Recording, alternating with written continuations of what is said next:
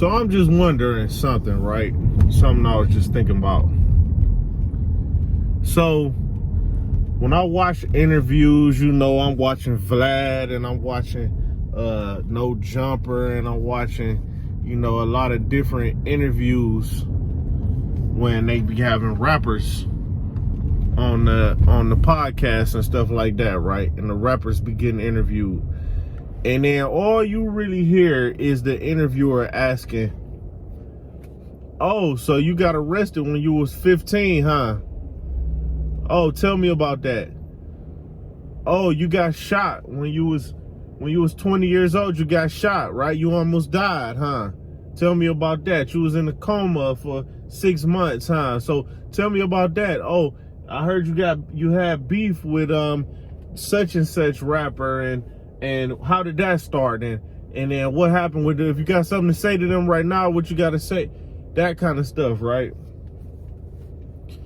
And it just make me wonder, do the rock and roll fans or like the, you know, pop music fans, and do those fans, as those fans, I'm asking, do y'all care about the criminal history of the rock and roll artists you a fan of? Like, do y'all say like, "Oh, I heard he got convicted of assault and battery, you know, back in 2015.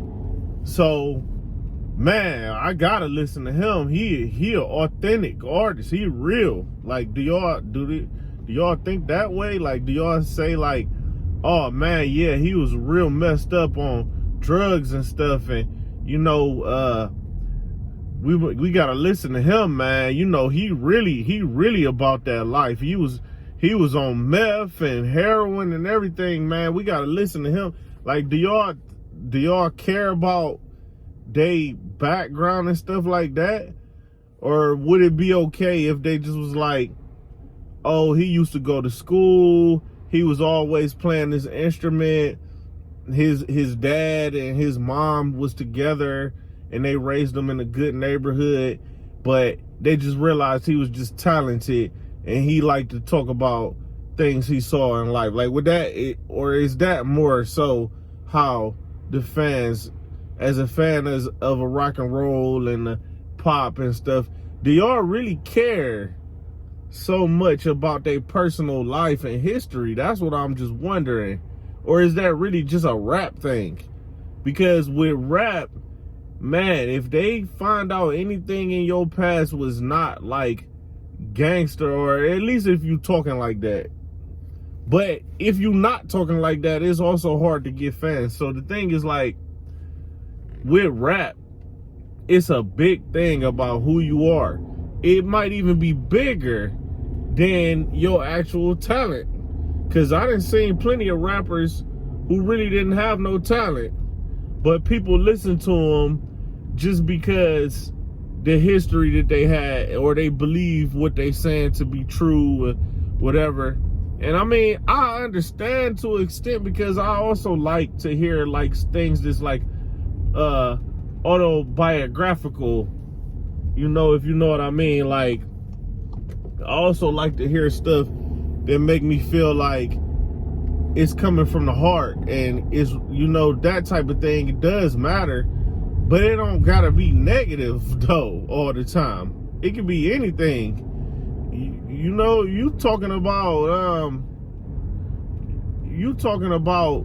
your pet dog or something or whatever. If you can find a creative way to do it and it sound good, then I would listen to it, and I would still appreciate that it's from the heart and that it's real. But man, the fact that we have to live these lyrics, it's a losing game, man, because you live the lyrics and then you die.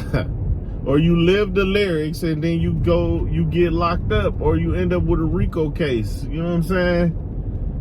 But I was just wondering, like, how much does the other genres of music, how much do they care about the artist's personal life and history and stuff like that.